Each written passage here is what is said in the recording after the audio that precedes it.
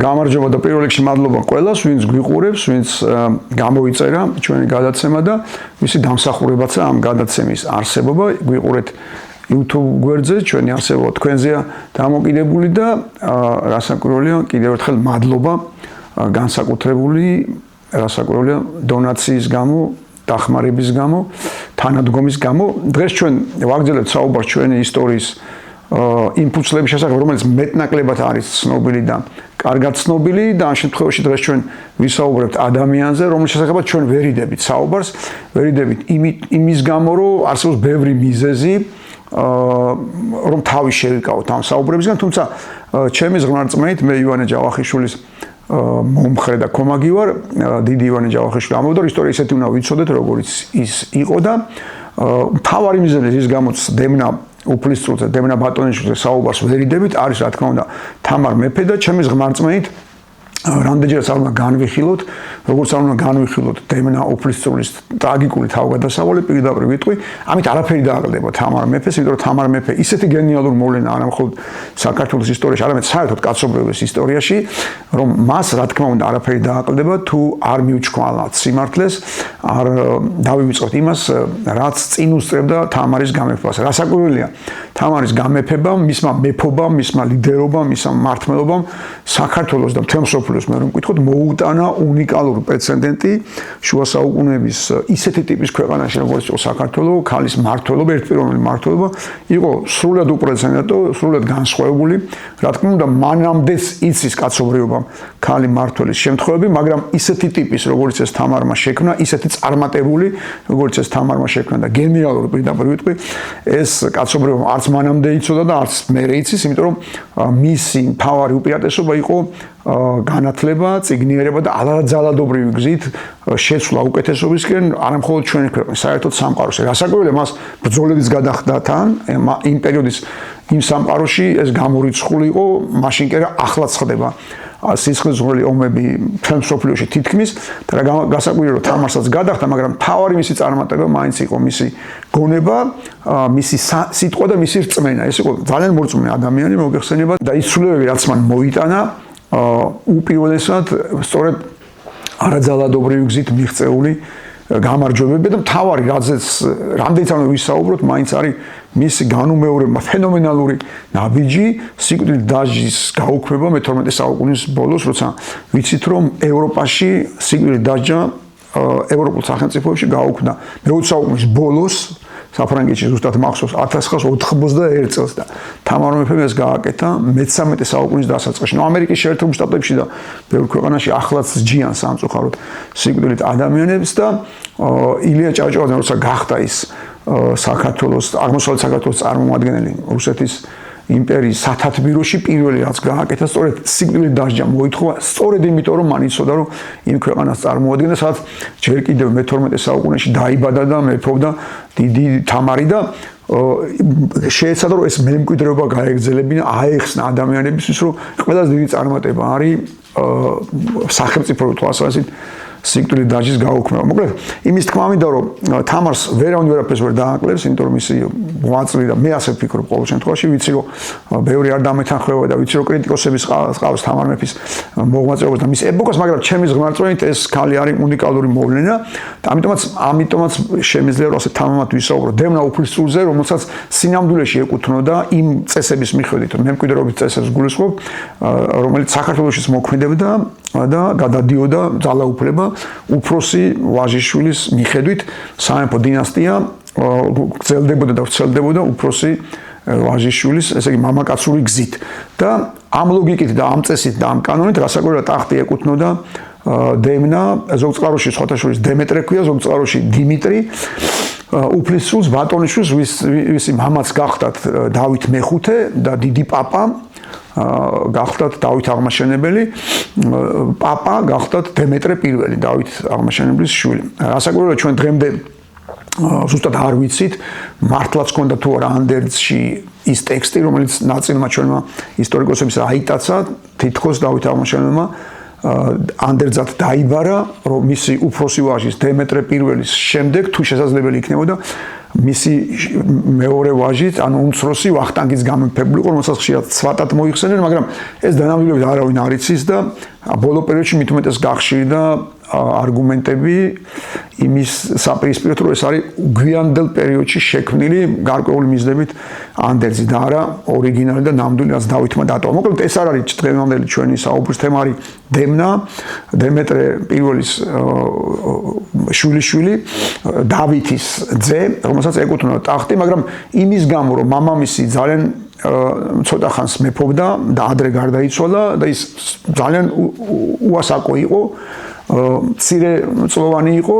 რასაკვირველია, გამეფდა, როგორც ეს ხშირად ხდება ხოლმე, უმცროსი შვილი დემეტრე პირველის, ეს გახლდათ გიორგი მესამე, თავრამეფის მამა,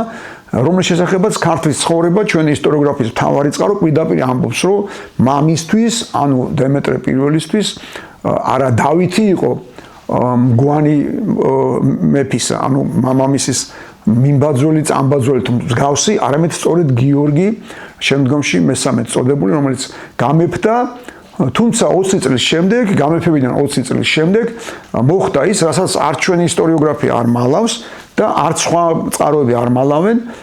დაახლოებით 20 წლის შემდეგ გიორგი მესამის მეფობისა, რომელიც ძლიერი მეფე იყო, უნდა ვაღიაროთ და როგორც მებრძოლი, ისევე სახელმწიფოების თვალსაზრისით საკმაოდ ძლიერი,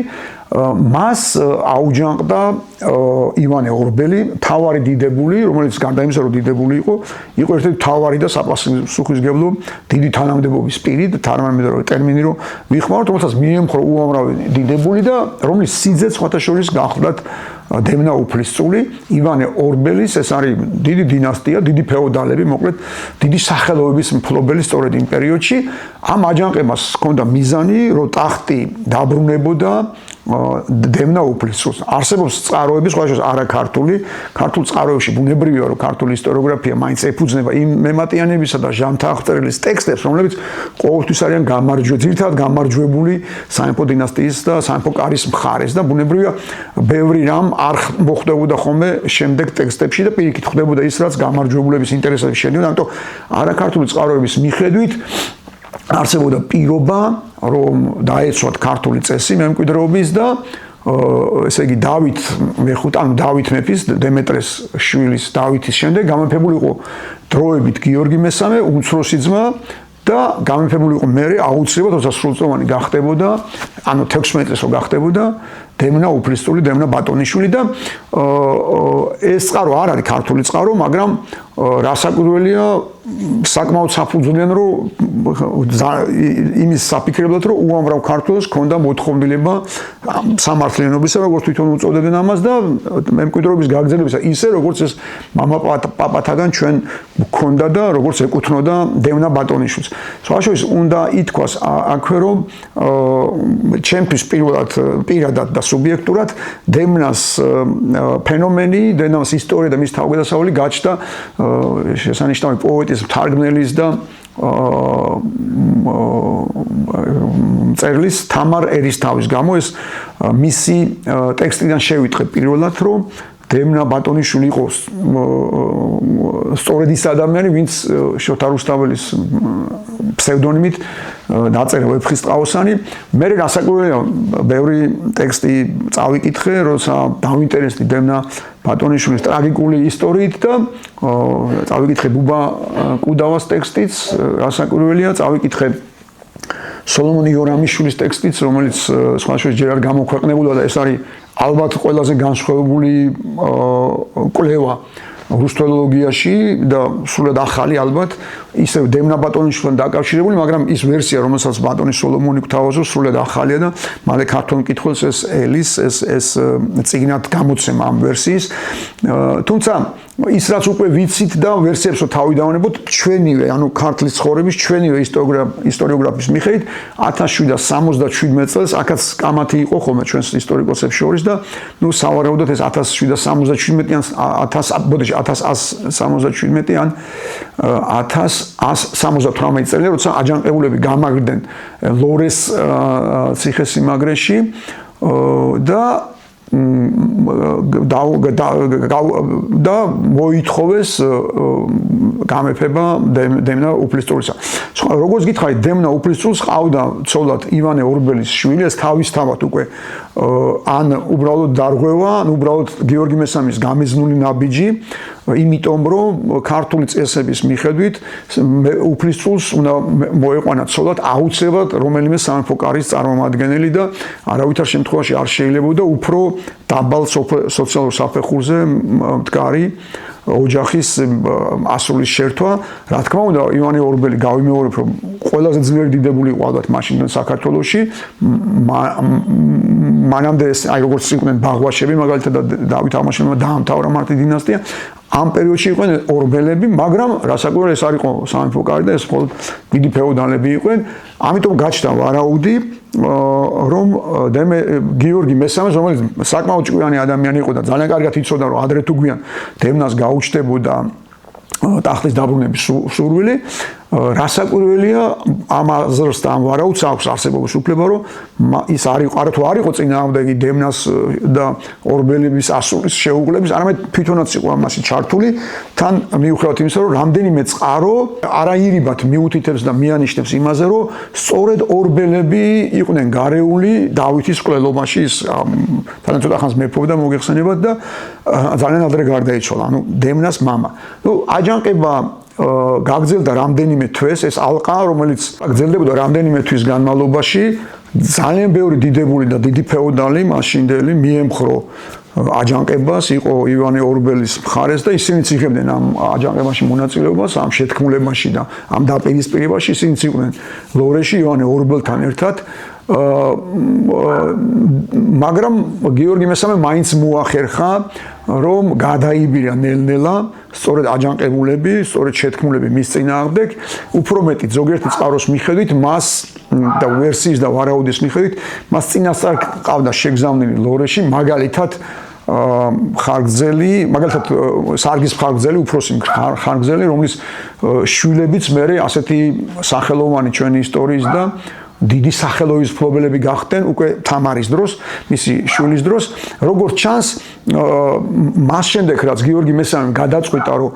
მას ძე არ ყავდა, ვაჟიშვილი არ ყავდა, გადაწყვიტა, რომ თამარი გაემეფებინა, ასეთი თამამი და უნიკალური გადაწყვეტილება მიიღო. იმდენად მტკიცე იყო ეს გადაწყვეტილება, რომ ყველა ღონეს მიმართა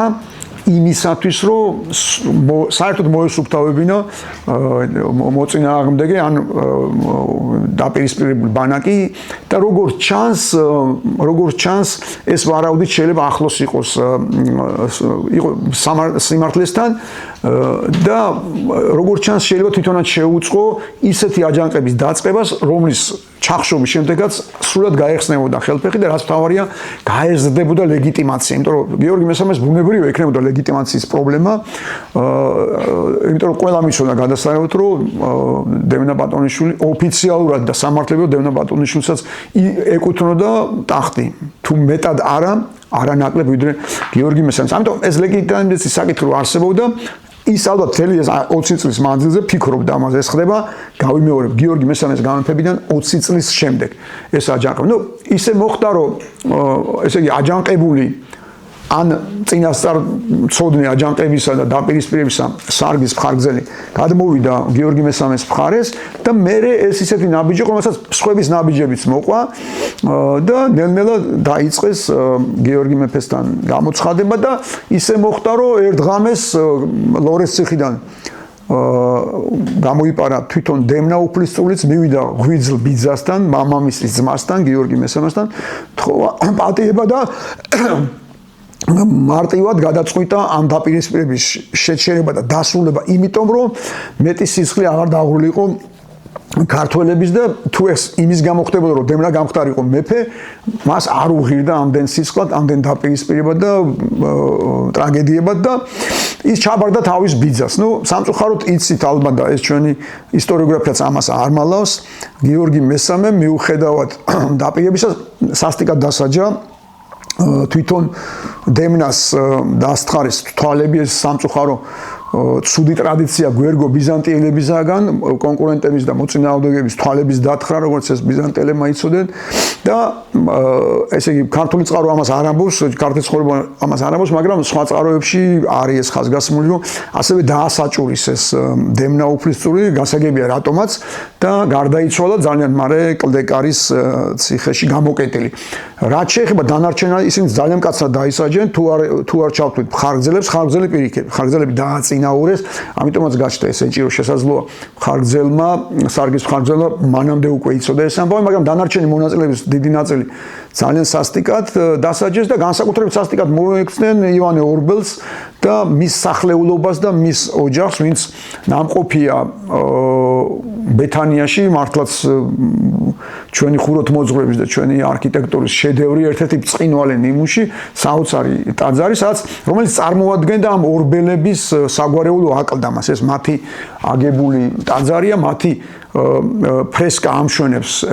ტაძრის კედელს, სადაც გამოსახულები არიან სხვათა შორის მთელი დინასტია ამ ორბელების, მათი ლიდერი, როგორც გითხარით, ივანე ორბელი იყო გიორგი მესამეს დროს და ზუსტად მოპირდაპირე კედელზე, ზუსტად საწინააღმდეგო მხარეს არიან ბაგრატიონების დინასტია, ანუ გამარჯვებული გიორგი მესამე და მისი ჩამომავლები. აბსოლუტურად გამიზნულად ჩემი ზღმაწმენით ერთმანეთის საპირისპიროდ საოცარი ულამაზესი ფრესკებია და სხვათა შორის ივანე ორბელი ისე დასაჯეს და არა მხოლოდ ივანე, არამედ საერთოდ ორბელები, რომლებიც ან დახოცეს, ან სიკვდილით დასჭაძეს, ზოგი მდინარეში დაახშეს და ზოგი სხვანაირად მოაკვდინეს, როგორც ქართლის ცხოვრება ამბობს, ვინც გადაურჩა გიორგი მესამის რისხვას, მათ დატოვეს იძულებით საქართველო. იმდენად დიდხანს, რომ რამდენიმე საუკუნის მერე დაბრუნდნენ ორბელები, ალბათ იცით და ძალიან კარგად იცოდა გრიგოლ ორბელიანმა პოეტმა, ცნობილმა ქართველმა პოეტმა სამწუხაროდ რუსეთის სამსახურში სამწუხაროდ ჩამდგარმა სამხედრო მოღვაწე, მაგრამ მშვენიერმა პოეტმა მშვენივრად იცოდა, რომ მისი წინაპრების საგვარეულო აკლდამა იყო სწორედ ბეთანია, რომელიც გაქრა, იმიტომ რომ თუ ყოფილხართ ძალიან ადვილად მიაქცევდით ყურადღებას, რომ უღრან ტყეშია პირდაპირ დამალული და იმ რამდენიმე საუკუნეში, როცა იქ არც ერთი ორბელი აღარ მიდიოდა და იმ ტაძრის კარი არ გაღებულა, ბუნებრივია თვითონ ტაძარი გაქრა, ჩვენ დავკარგეთ და რამდენიმე საუკუნის მერე გრიგოლ ორბელიანმა იმდენი არა, ну დაახლოებით მაინც ხო იცოდა სად იყო მისი წინაპრების აკლდამები და საგვარეულო ტაძარი და მიაგნო სხვათა შორის დადიოდა როგორც მონადირე, ამბობდა რომ სანადირით მიდიოდა, სინამდვილეში ეძებდა ამ ასე რომ მისი დამსახურება, გრიგოლ ორბელიანის დამსახურება, აი ბეთანის აღმოჩენა, რომელსაც ახტაცებაში ახლაც მოყავს ნებისმიერი მნახველი და ვისაც არ უნახავს, ურჩევ ნახოს ორბელების და ბაგრატიონების ეს საოცარი დაპირისპირება ერთი ტაძრის ორ კედელზე ერთმანეთის საპირისპიროდ. რაც შეეხება თვითონ ამბავს, რასაკვირველია, მართლა ესე იგი კრიტიკული აზროვნების მქონე ადამიანს გაუჩნდება ეჭვი, რომ ეს გიორგი მესამე ძალიან კარგად თუ არ დაუგეგმავს და თვითონ არ იღებდა ამაში მონაწილეობას, ყოველ შემთხვევაში ძალიან კარგად გამოიყენა ლეგიტიმაციისთვის და იმისთვის, რომ გამეფებულიყო თამარი. სხვათა შორის ჩვენი ისტორიოგრაფია არ ამტყუნებს და ძალიან ძნელია ამ ხრივ გავამტყუნოთ თამარი, მას არ მალავს ჩვენი მემატიანე, რომ არ უნდა გამეფება, საერთოდ ძალიან მორწმუნე ადამიანი იყო თამარი, როგორც მისი და ძალიან უნდა რომ მონაზვნად აღკვეცილიყო რომელიმე მონასტერში, მაგრამ როგორც ჩანს, მამის ფაქტორი იყო ძალიან მნიშვნელოვანი და როგორც ჩანს, სხვა ფაქტორებმაც ითამაშეს გადამწყვეტი როლი და ის გახდა მეფე. ორჯერ არის თამარი გამეფებული, სწორედ იმის გამო, რომ ლეგიტიმაცია მასაც ჰქონოდა მეტი, პირველად ეს გიორგი მესამის ცხოვრებაში, სიცოცხლეში და მერე უკვე 6 წლის მერე როცა გარდაიცვალა გიორგი მესამე, მამამისი ის თავიდან აკურთხეს მეფედ. ან ორჯერ არის მეფედ კურთხეული და სხვა შორის რასაკვირველია, ძალიან ადვილი წარმოსადგენია, რომ ეს ამ ამბისადმი უარყოფითი დამოუკიდებლობა საქართველოში ბევრს ჰქონდა და ამაზე ძალიან კარგად მეტყველებს მარტივი ფაქტი, შემიძლია მარტივად მოვიყვანო ფაქტი, როცა პირველად გაათხოვეს თამარი და ესეც არ მომწონს მე პირადად, რომ რატო შეურჩიეს ის ქმრად, შეურჩიეს რუსი უფლისწული, რომელიც არც ტახტი ჰქონდა და გამოგდებული იყო. ბოგოლუსკების დინასტია იყო და რომლის სახელიც ზუსტად ჩვენ არ ვიცით და სხვადასხვა შალვა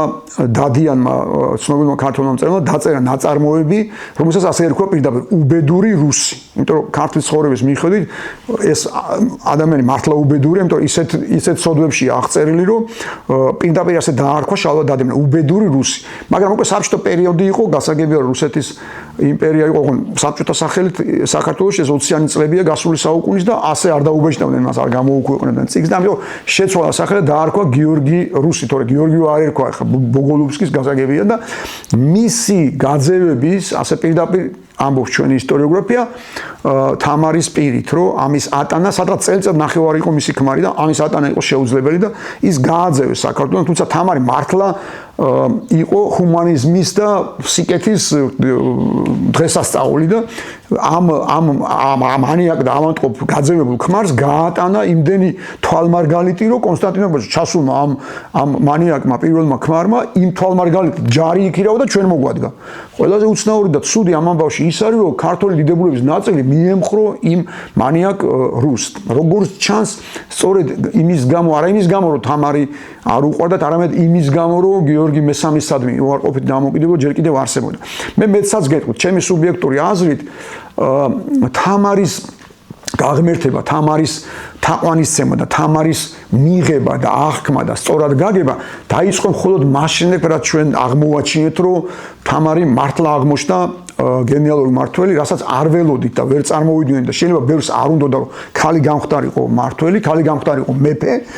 იმათაც კი აღმოაჩინეს მე რომ ეს არის მათი ესე იგი სახელმწიფოს ისტორიაში, მათი სახელმწიფოებრების ისტორიაში წინვალი და საუკეთესო პერიოდი ოქროს ხანით. ამიტომ დაიწყო სწორედ მის მერე თამარის დაფასება უფრო მოგვიანებით. მეცაც გეტყვით, მე დარწმუნებული ვარ, რომ მთელ საქართველოში ყველა კოშკს, თითქმის ყველა ხიდს, ყველა ქვას, ციხესიმაგრეს და ასე შემდეგ და ყველა სოფელს რო რაღაც აკავშირებს თამარის სახელთან და ყველგან რო უნდათ ქართველებს რო თამარისადმი სიყვარული, განსაკუთრებული სიყვარული, დიდი სიყვარული გამოხატონ და თამარის სახელს არქმევდნენ მერე საუკუნეების მანძილზე, სწორედ იმის გამო რომ ეს იყო ერთგვარი დაგვიანებული აღიარება, ერთგვარი ბოდიშის მოხდა, რომ თამარი დასაწყისში ჩვენ ვერ დავინახეთ, რომ ვერ დავიჯერეთ, რომ ქალი შეიძლება იყოს ასეთი ბრძენი, ძლიერი და გამარჯვებული და წარმატებული. ნუ დემნა ბატონიშვილის ისტორია სხვათა შორის